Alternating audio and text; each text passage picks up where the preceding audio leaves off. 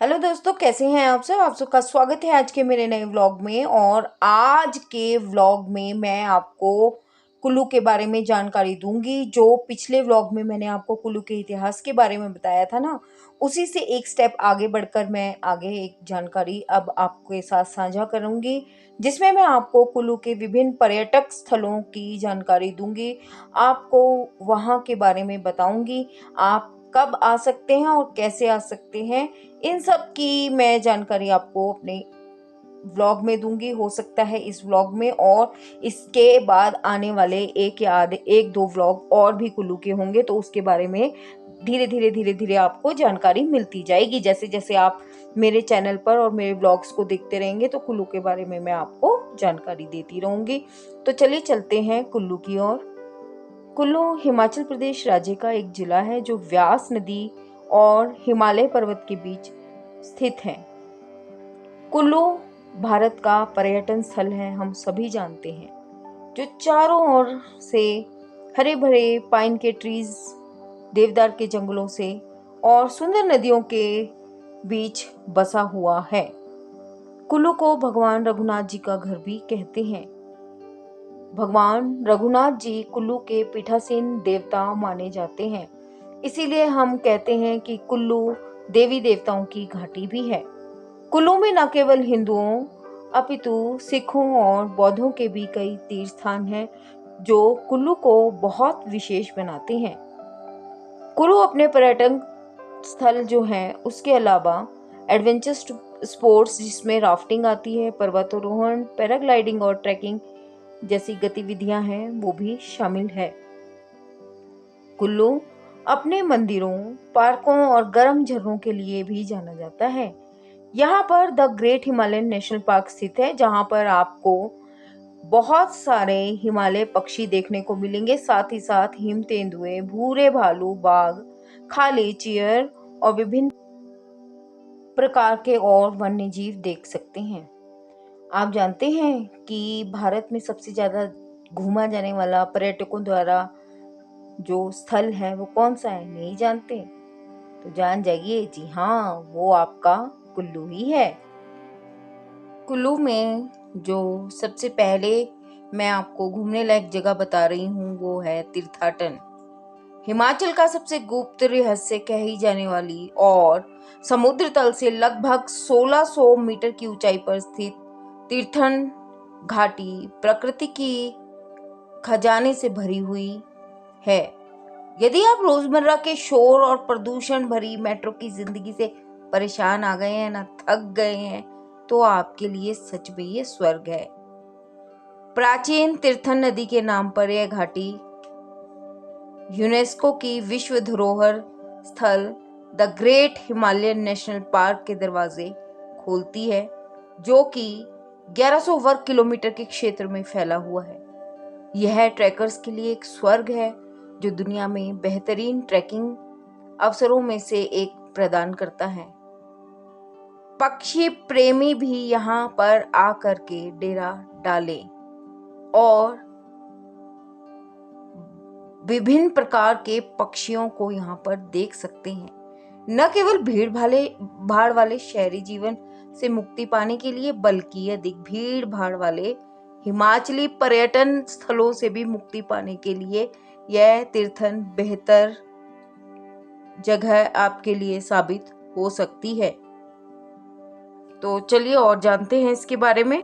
तीर्थन घाटी में प्राचीन झीलें, ऐतिहासिक मंदिर और झरनों के आसपास हजारों पर्यटक आते हैं और साहसिक उत्साही पैदल यात्री हिमाचल प्रदेश के पहाड़ों और हरे भरे वनस्पतियों का अनुभव करने के लिए यहाँ पर आते हैं। यह वंडरलैंड हिमाचल के कुल्लू में स्थित है। यह घाटी हरी घास के मैदानों और प्राकृतिक झरनों का प्रतीक है। आप कैसे पहुंच सकते हैं यहाँ पर? तो आप कनेक्टिंग फ्लाइट के जरिए दिल्ली से कुल्लू के भुंतर हवाई अड्डे तक पहुंचे और तीर्थन घाटी तक पहुंचने के लिए हवाई अड्डे से टैक्सी बुक करें। यह चंडीगढ़ मनाली राजमार्ग के माध्यम से कुल्लू जिले से 50 किलोमीटर दूर है। सीधा मार्ग पूरे वर्ष राष्ट्रीय राजमार्ग 303 से है। चंडीगढ़ और दिल्ली से भी यहाँ पर उड़ानें हैं, जिनका किराया जो है मौसम के अनुसार अलग अलग होता है। तीर्थन घाटी घूमने का सबसे अच्छा समय ग्रीष्म ऋतु है, क्योंकि हिल स्टेशनों की मनमोहक सुंदरता का अनुभव करने के लिए गर्मी ही सबसे अच्छा मौसम है।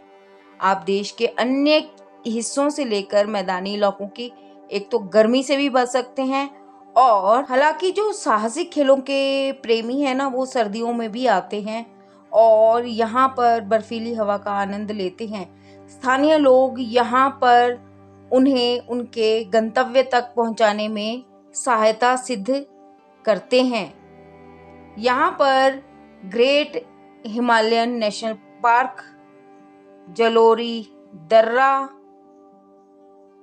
इसके अलावा सेरोसर झील, तीर्थन नदी, छोई झरना, गैधर जलप्रपात, श्रृंग ऋषि का मंदिर, बूढ़ी नागिन मंदिर, गुशैनी गांव, चहनी कोठी, रघुपुर किला स्थित हैं। यदि आप यहाँ पर घूमने आ रहे हैं तो इन स्थानों को भी जरूर देखिए। आपका मन यहाँ से जाने को करेगा ही नहीं, मन करेगा कि यहीं बस जाए।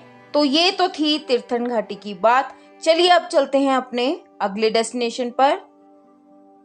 हमारे देश की कई जगहें बेहद चमत्कारिक हैं, जो पौराणिक मान्यताओं को सच साबित करती हैं, और कुल्लू का बिजली महादेव मंदिर भी इन्हीं चमत्कारी जगहों में से एक है। इस मंदिर से बहुत सारे रहस्य जुड़े हुए हैं। हिमाचल प्रदेश के सबसे पवित्र स्थानों में से एक बिजली महादेव का मंदिर है, जिसे भारत के सबसे प्राचीन मंदिरों में गिना जाता है। खूबसूरत पहाड़ी पर स्थित ये मंदिर पार्वती और व्यास नदियों के संगम के करीब है, जो भगवान शिव को समर्पित है। 2460 मीटर की ऊंचाई पर स्थित इस मंदिर का इतिहास बहुत ही ज्यादा रोचक है। ऐसा माना जाता है कि मंदिर का निर्माण कुलंत नामक राक्षस को मारने के बाद हुआ था। कहते हैं कि दानव कुलंत व्यास नदी के प्रवाह को रोककर घाटी को जलमग्न करना चाहता था। अपने उद्देश्यों को पूरा करने के लिए उन्होंने एक अजगर का रूप धारण किया। वह जमीन पर मौजूद हर जीवन रूप को पानी के नीचे डुबोकर मारना चाहता था। ऐसे में भगवान शिव को उनके उपक्रम के बारे में पता चल गया, जिसके बाद वे राक्षस का अंत करने के लिए आए। भगवान शिव ने राक्षस को पीछे मुड़कर देखने के लिए कहा, और जैसे ही उसने पीछे मुड़कर देखा तो उसकी पूंछ में आग लग गई। कहा जाता है कि जिस पर्वत पर बिजली महादेव मंदिर स्थित है, वह मृत दानव के शरीर से बना हुआ था। उनकी मृत्यु के बाद उसका शरीर आसपास की भूमि को ढक गया और एक पहाड़ के आकार में बदल गया है। कैसे पड़ा बिजली महादेव जी का नाम?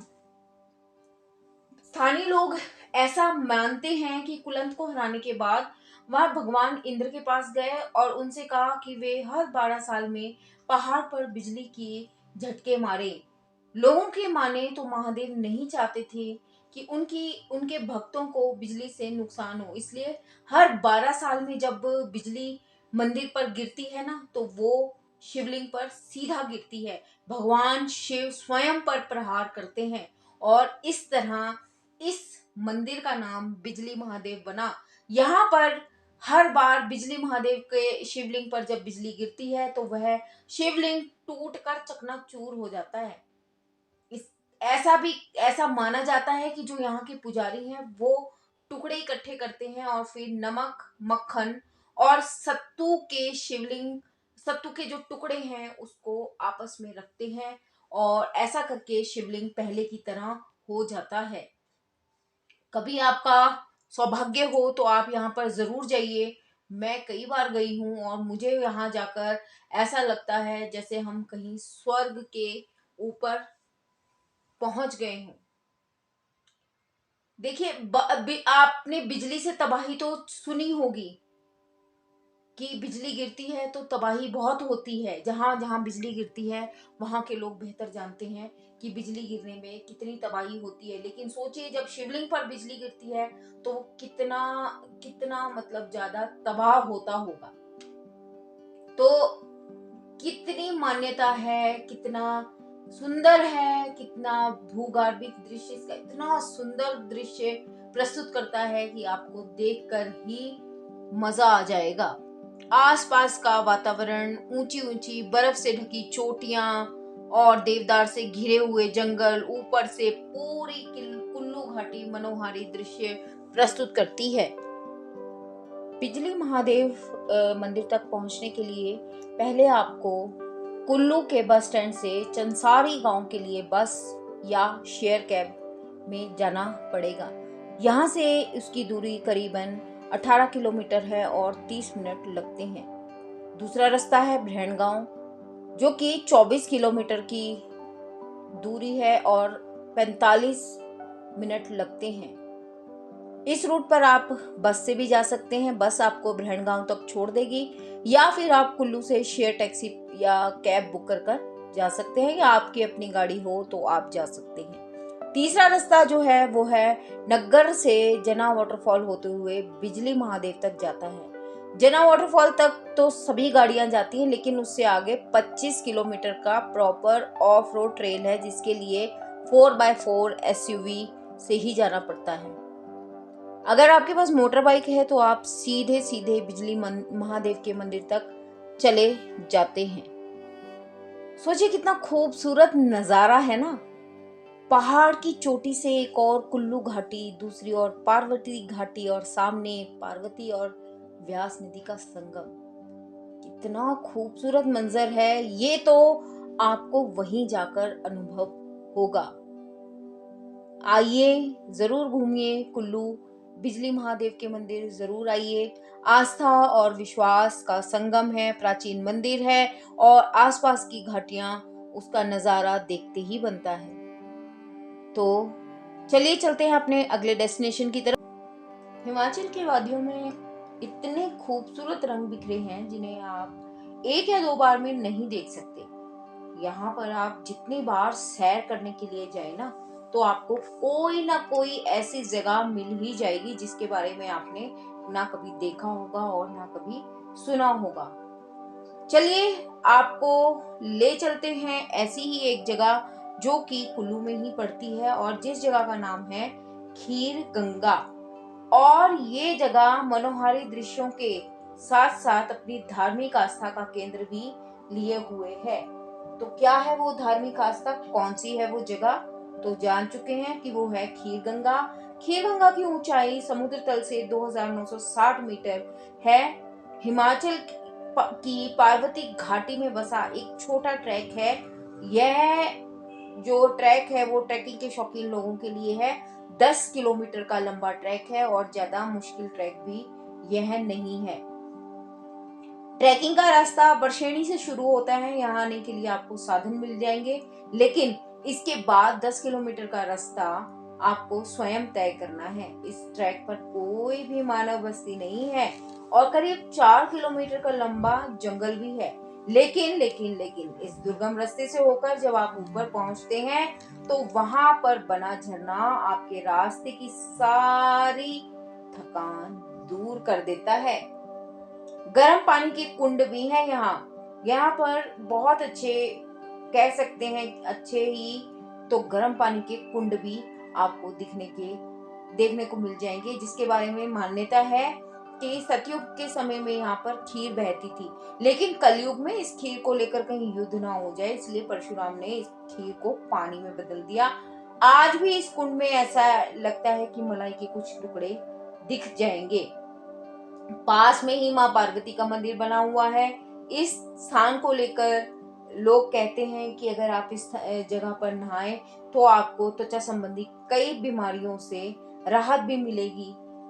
खीर गंगा में बहुत सुंदर नजारों के साथ कार्तिकेय माँ पार्वती के बड़े पुत्र उनकी गुफा भी बनी हुई है।